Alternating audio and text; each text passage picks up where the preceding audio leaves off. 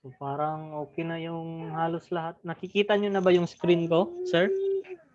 Yes po. Okay na. So, dito na tayo sa trailing stop. So, recap, meron tayong limit order dito, which is manual natin to. Gamit dito, TP1 natin. Then, meron tayong stop limit, which is ang purpose nito is once ma-trigger yung TP1 natin, yung TP1 natin is ito, di ba? Itong sa baba. Once ma-hit yung TP1 natin is mag-trigger yung stop limit sa TP1, then mag-activate yung stop loss natin above entry price. So, automatic. Once ma-hit yung TP, automatic, nasa ibabaw na yung stop loss mo. So, ang next naman nito is yung stop market, which is once ma-hit yung stop market na, itong stop market natin is mag-automatic siya na mag-close kung sa if ever stop market, then merong slight na pagtaas or pag-akyat is mag-automatic close yung trade natin kung naka-reduce only tayo or yung size na stop market natin is equal to our position size dito. Kasi if ever sobra siya, ang mangyayari is magiging reverse trading. Naglong ka, pag na-hit yung stop market mo, is automatic, naka-short trade ka na. Close yung position mo, yung long position mo, take profit ka, then automatic short trade. So, yun yung stop market, then ito din yung stop limit. So basically, itong stop limit, pwede nyo rin gamitin na yung katulad sa basic, like if ever gusto mong mag-reverse trading, ganituhin mo. TP1, so merong allowance konti. So if ever ma-hit yung trigger mo, open na yung stop limit, then hindi ka naka-reduce only, yung medyo sobra siya sa position size mo, like 7 BTC, once ma-hit yung stop limit, trigger, open, stop limit, yung sobra, like pag hit sa stop limit, ibibenta na tong 3.6, then yung sobra sa kasi 7 minus 3.6, yung sobra is automatic reverse short siya. Kasi naka-sell tayo, short. Kaya ang nilagay dito is sell, short, buy, long. Kasi dahil sa ganito. Pwede kang mag-sell at the same time nag-short pag nakasobra. Kaya meron din tayong reduce only kasi para mas specific, pag reduce only, 100% automatic, yun lang yung position size mo. Kasi pag hindi ka naka-reduce only, medyo mahirap pa na ini-estimate mo kung magkano ba yung position size mo. Kung 3.661, so medyo malabo na matansya mo yun dito agad. So, reduce only, ayan, automatic. So, erase ko na tong mga drawing dito at dito na tayo sa trailing stop. So, paano ba tong trailing stop? So, itong trade na to, i-close ko na para gawa tayo ng bagong trade, or pwede rin ito yung gawin nating example pa rin. So, basically, trailing stop, callback rate is meron tayong dalawang pagpipilian, 1% or 2%. So, para mas madali, sabihin na lang natin 1%. So, itong activation price is parang, ano to siya? Like yung,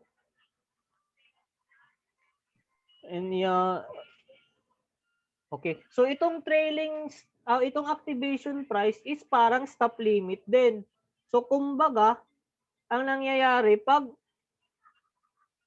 stop limit, trigger price tong activation price. So, kumbaga, if ever 57,000, like ganyan.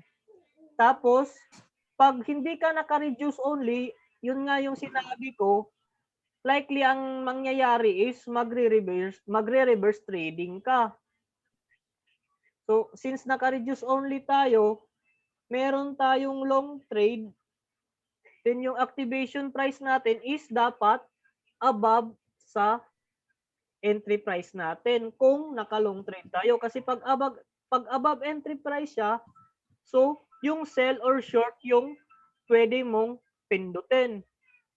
Pero kung nasa baba siya ng entry price natin is yung trailing stop is buy long lang. Kumbaga, bibili ka ng mas madami.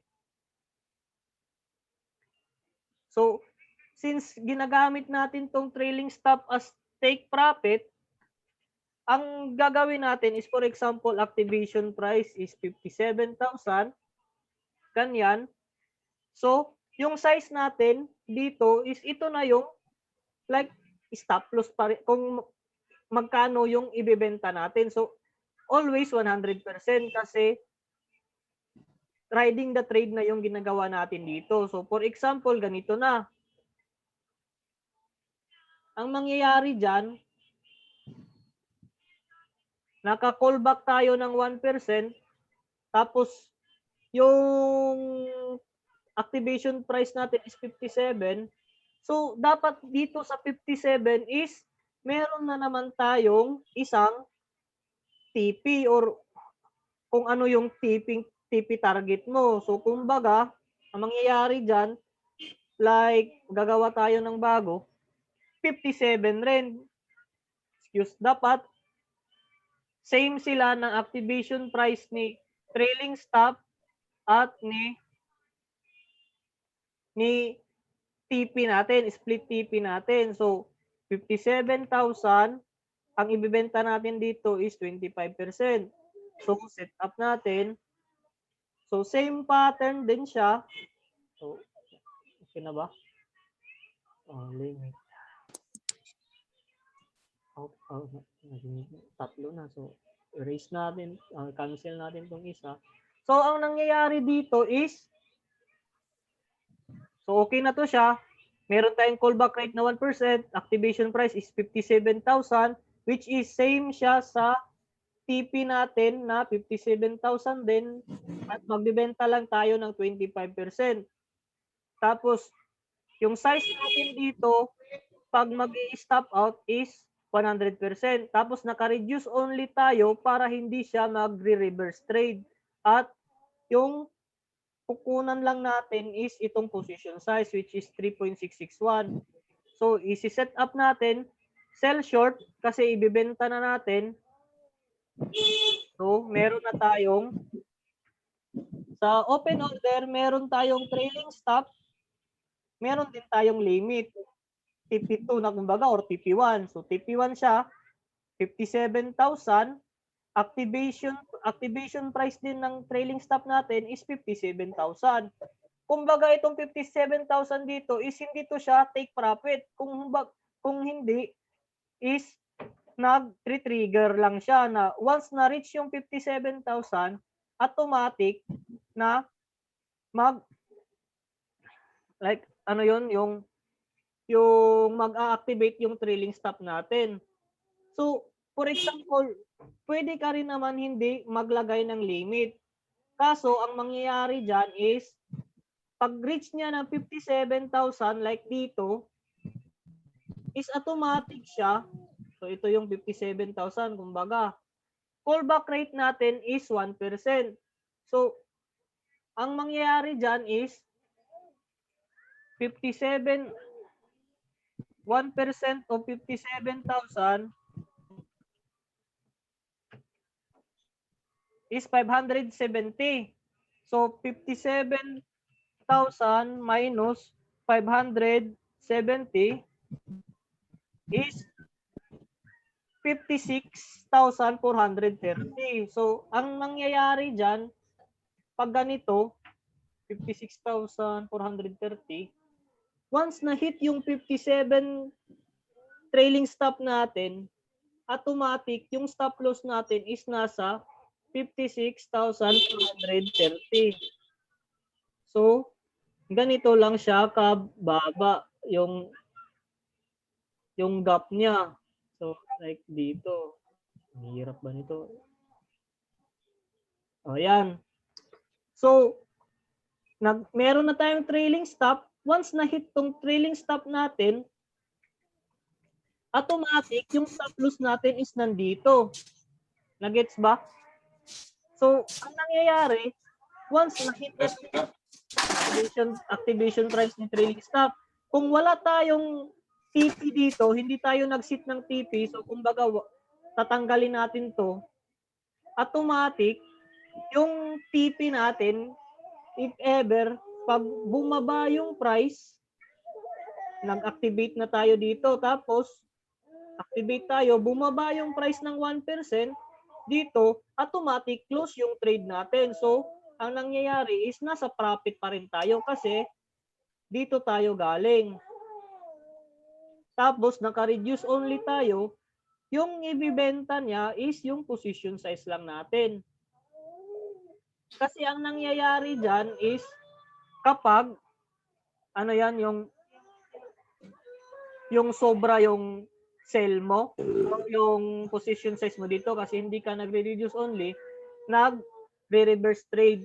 So, ganito yon. So, kumbaga, ang nangyayari, activation price mo dito 57, pag umangat yan siya sa 58,000, yung trailing stop mo rin is aangat siya kasabay every angat niya 1% yung gap nila. Laging 1% yung gap nila every time na aangat siya. Pero pag mag-drop siya ng 1%, hindi siya bababa. Hindi na bababa yung trailing stop mo. Pag nag-drop siya ng 1%, automatic close na yung trade mo dito. So, ito yung advantage niya na the more umangat yung price, lagi siyang 1% yung gap nila. So, like, dito tayo, 1% na yung gap nila. Umangat siya ng $3, 3%. So, yung trailing stop mo is nasa 2.2%. So, sa 3% ka na, pag nag-drop siya ng 1%, automatic, secure mo pa rin yung profit. So, yan yung gamit ng trailing stop. Same lang din kung babaliktarin mo. So, kumbaga, if nag-long trade ka, sa trailing stop mo, set up mo yung callback rate, pwede rin 2%. So, sa 2%, like 57 yung target natin, activation price natin. So, sa 2% is same lang din. So, like ganyan, 1,140 minus 1,440. So, ito yung 55,860. 55,860.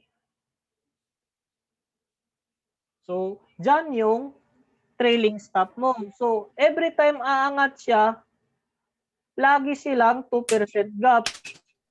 So, aangat siya, sumasabay lagi yung stop loss mo.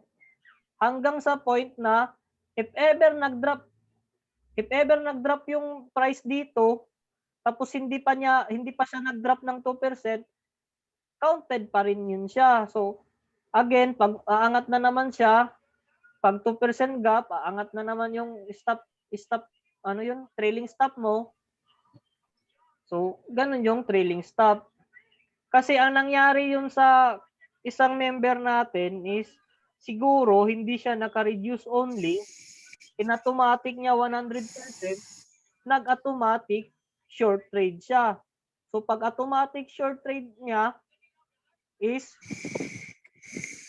umangat yung price, tapos pag angat ng price is liquidation niya na yun, kaya naging talo. O kaya umangat yung price, tapos umangat ng, so for example, ito ang nangyari sa kanya, 57 yung activation price niya, 1% callback rate, tapos nag-short trade na siya. So, if ever pag short trade niya na dito, if bumaba yung price ng 1%, edi profit pa rin siya ng 1%. Pero ang nangyari is, pag activate niya, tumaas. So, for example, yan sa gitna is yung entry price niya. Tumaas yung price, naka-short siya dito, tumaas yung price, tumaas din yung callback rate niya ng 1%, tumaas pa talaga yung price. So, laging 1% gap. Entry price ng short niya dito ha, tapos yung order niya, yung current price ngayon nandito na, naka-short siya. So, nasa taas na, sabay lang yung callback rate. Then, after that, bumaba na siya ng 1%, so or even 2%, pagbaba niya, nag-close yung trade niya dito. So, anong nangyari? Talo siya. Kasi nag-short siya dito, nag-close yung trade niya dito. Kasi habang umaakyat yung price, sumusunod yung stop loss o itong trailing stop. So nag-close siya dito. Yan yung nangyari sa kanya. Pero if ever naka-long trade lang siya tapos naka-reduce only, long trade ha, kasi ang nangyari kanina yung sa kanya is na-reverse trade. Nag-automatic short trade siya. Once na-close yung trade, yung long niya, automatic short. So, kung naka-long siya, dito siya nag-start, na-hit yung activation price, aangat yung current price, sumusunod yung callback 1%, then pag balik, profit na siya kasi dito siya nag-umpisa. So somehow yung sa kanya, profit naman siya yung na-hit yung dito, activation price. Pero ang nangyari is, mas malaki yung position size niya sa trailing stop, which is galing sa capital niya versus sa position size niya dito. So okay na ba tayo dito sa stop limit, tapos stop market, tapos sa trailing stop? Yes, sir. Okay na. So, case close na tayo dito. So, sana totoong profit to. Ang laki sana. Testnet lang eh. So, dito na Panoorin ko na lang sir ulit. Na-disconnect ako eh. Okay lang. Kasi naka-record. Balikan ko na lang. Oo, naka-record naman tayo. So, dito Sige na po. tayo sa tensor chart. So, ano ba itong tensor chart? So, basically, heat map siya. So, kumbaga, ano ba yung heat map? Ang heat map is indicator siya ng mga order. So, ano ba yung order? So, yung order is ito, dito sa right side. Kung green na to is, ito yung mga buy orders.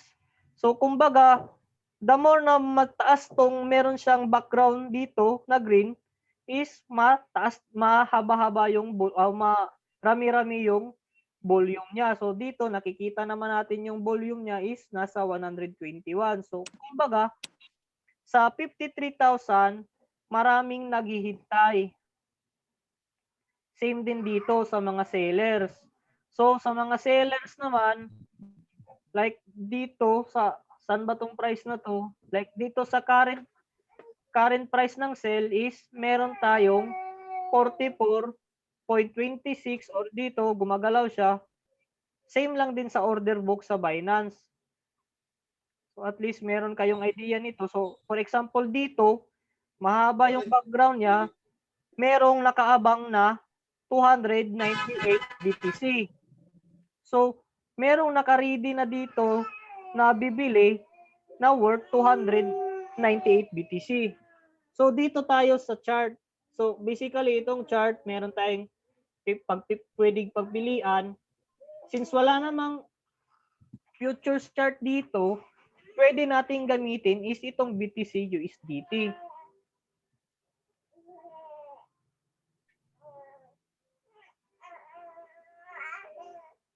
So ito siya sa 5 minute. Ito yung 5 minute. pag sa keyboard nyo, pag i-click nyo yung B, sa keyboard, yung B or boy, lalabas yung heat map niya. So, for example, dito. So, 5-minute time frame to siya. Pwede tayo mag-adjust sa 1 hour time frame para medyo hindi siya ganun ka short range lang yung trade niya. So, ito yung 1 hour time frame.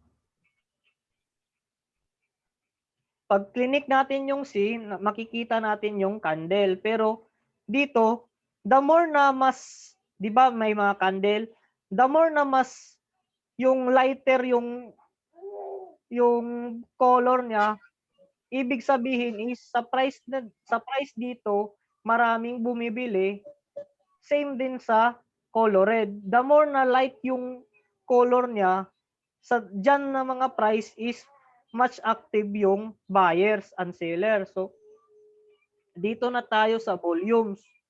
So, basically, ang volumes dito ay kung kulay yellow, yun yung heavy yung volume niya or massive volume. So, for example, dito sa 15,497, dito, makikita din natin na so, ayan, sa 53,500. So, dito. Kasi itong yellow na to is like average ng heat map natin. So, kumbaga, maraming naghihintay sa price na to. Pati dito, marami ding naghihintay sa price na to. At dito sa 53. Pero right now, wala na tayong nakikitang naghihintay sa 50. Ito yung active trades. Ito yung like short-term trades. So, nasa maliit lang siya. Pero pag nag-overall tayo, average ng total market buy and sell orders. So, ito na yung buy and sell orders natin. Dito sa 52,400 is maraming naghihintay. Dito din sa 51,420 is maraming naghihintay. Sa 50,000 wala na. Pero umangat sila, yung naghihintay nasa 50,500. So makikita natin dito na yung market is wala nang masyadong nagbibenta kasi halos lahat is nag-aabang na magdra-drop yung price. Na gets nyo ba yun? So, parang okay na siguro. So, dito sa baba, makikita nyo rin yung buyers and sellers. So, kung mataas yung green dito, ibig sabihin, mas nag-overpower yung buyers. So, meron siya tayo. Okay. Naintindihan daw. So, like dito, pinapakita dito is malakas yung seller. So, ito yung gamit dito. So, ito na yung next na purpose dito sa order book. Number of rows. So, yung default niya is 6. Once in-start mo to, 6 dito versus 6 dito. So, sa 6 sellers then versus 6 buyers sa current price, sa current prices na to is mas malakas daw yung buyer kaysa seller. Ano po ba ang blue and orange sa chart? So basically, yung order nito is yellow ang pinaka malakas na volume or pinaka-massive volume. Then after nito is yung like orange. Then yung pinaka kumbaga average lang is yung color blue. So gets ba? So yellow, then orange, then blue. Basta remember nyo lang talaga na ang pinaka importante na color is color yellow. Like dito, kita nyo. Since like around dito sa March 3, sa March 3 is meron ng maraming nag-aabang sa 60,000 na gusto magbenta. So, sa mga nag-aabang dito, yung iba is hindi na nila nabenta kasi yung market is nag-drop na. So, kumbaga, mostly dito, na gusto magbenta sa 60,000 is bumili dito sa around 59,000. Kaya, nangyayari, hindi na nila nabenta dito, sunog na sila. Maipit. O, naipit sila dito. So ang nangyayari kasi dito, pag nasa taas yung heat map, ibig sabihin dito is mga sellers. Sa 60,000, maraming volume na gusto na magbenta dito. Pero ang nangyari, nag-uunahan, for example dito, umangat siya ng 60,000, nagbebentahan na, then ang nangyari, halos naubos na yung supply dito at yung nakabenta na dito is nag-short na naman. So pag short niya, yung iba dito naipit na sila. Kasi 'di ba dito merong like bumili dito. Yung iba is nagta-target na mag-sell sa ibaba, sa itaas. Pero nabara lang siya dito kasi maraming maraming nagsisell dito, volume na nagsisell. So, kumbaga, yung buyers is hindi na kinaya ng buyers na maka-breakout hanggang dito. So, kaya ang nangyari is nag-retrace siya. So, itong heat map is nagiging basihan din natin para sa resistance and support. So, kumbaga, like dito, is resistance. So, start dito sa 60,000, like sa anong date na to dito? So, sa March 18, kino-consider na yung 60,000 as selling area. So, marami nang nag-aabang dito. So, ang nangyayari hanggang March 19, pagka March 19 is nag-target na talaga sa 60,000. Pero ang nangyari, kinulang sa buyers. Kaya, nag-drop siya. Kasi hindi na kaya ng buyers na basagin yung resistance or mga sellers. Kasi ito yung sellers dito. So, hindi kaya basagin ng buyers. Kasi kung, di ba, kung mas iintindihin natin, kung mas iintindihin natin is like, yung green is yung mga bears. Tapos yung mga nasa red naman is sila yung mga bulls. Kasi yung nasa red is nagsiset sila ng price na mataas. While yung mga nasa green is nagsiset tayo ng price na mababa. So for example dito, itong mga green na to is nagre-represent dito. So paano bang matatawag mga bulls to sila, itong mga green na yung target naman talaga nila is gusto nila is mag-drop yung price. So, kung mas intindihin natin, di ba, medyo mas iba siya. Pero, since yun na yung nakasanayan natin na nag-a-assume tayo na yung mga green is yun sila ang bumabasag sa price dito, sa red. Tapos yung red naman is bumabasag sa price ng green. Pero basically, kung intindihin mo, yung red gusto nila mas mahal yung pagbenta nila. Yung green naman, gusto nila is mas mura yung pagbili nila. So, ito yung paggamit ng heat map. Then, pwede nyo rin ma-change tong pricing. Like, kung gusto nyong medyo mas specific, Like dito, buy 10. So, 10, 20, 30. So, pwede nito siyang baguhin.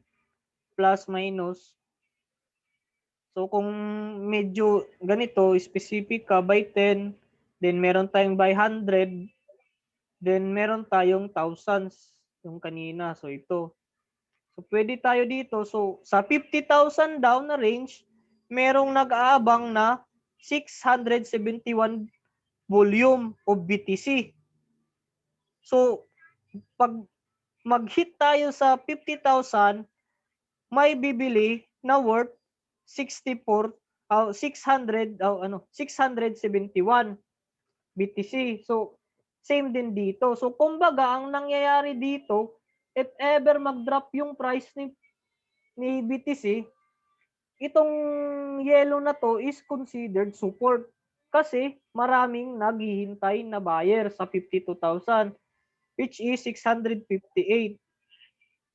Same din dito.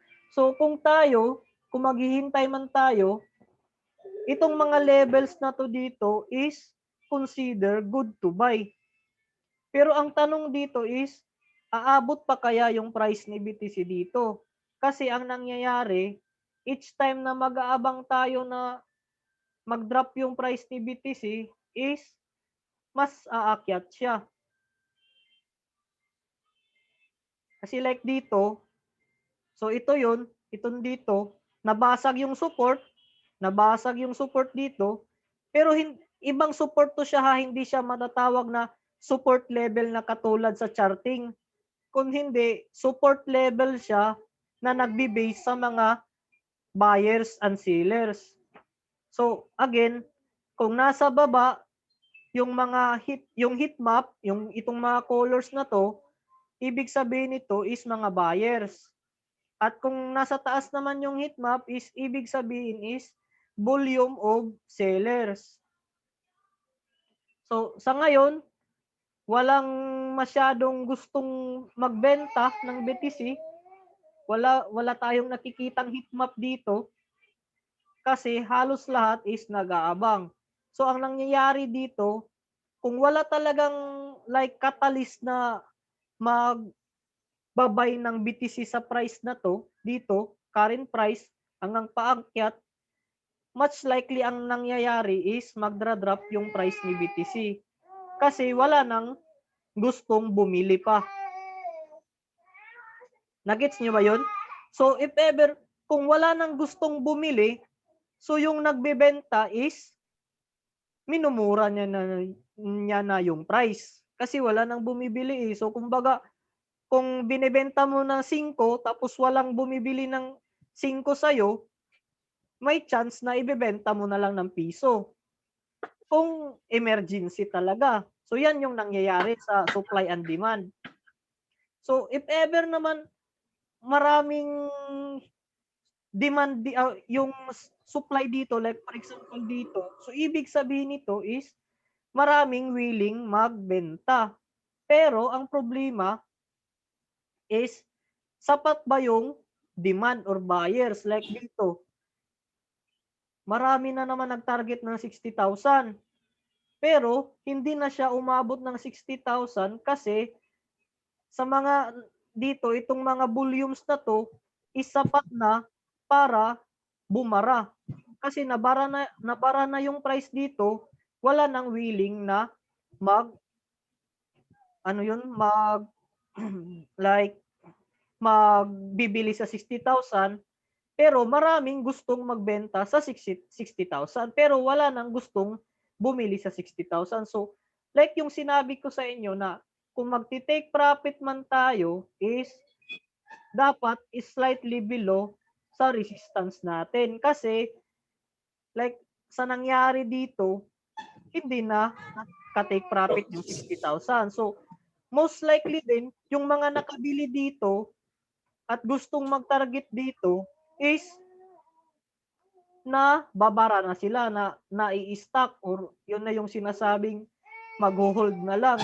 Kasi after dito is nag-drop na yung price.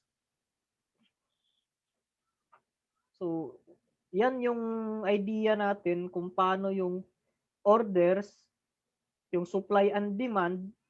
Like dito, nakikita natin sa candle dito sa baba, mas nangingibabaw lagi yung red. Sa current candle is like balance pa siya, pero sa mga previous candle, nangingibabaw lagi yung pula. Like dito, medyo nasa ibabaw yung green, pero dito, halos pula lagi. So if ever man lang na magdra-drop si BTC, much likely na hindi na bababa pa sa yung level na mga 48. Kasi dito, meron na tayong mga apat na stages ng massive volume ng buyers. Same din dito kasi yung nangyayari kasi diyan, yung sabi ng isang member natin na the more na binabasag yung resistance, for example, is humihina siya. Katulad dito. So nabasag niya, pero konti na lang sana, pwede na mabasag, pero nag-drop na yung price kasi yung mga nakabenta na dito is nag-short na din. So after nito, nung nag-drop na yung price, humina na yung resistance dito. Yan yung nangyayari. Humina na yung resistance dito kasi most likely, yung mga nakabili dito is nag-sell na lang sila ng mura. So dito tayo balik sa order book, yun nga, pwede nyong i-change, tapos nakikita nyo yung mga volume nito, at least meron na kayong idea, pwede nyo rin tong i-adjust like number of rows. So mag-average ka ng 10 rows. Pag start mo dyan,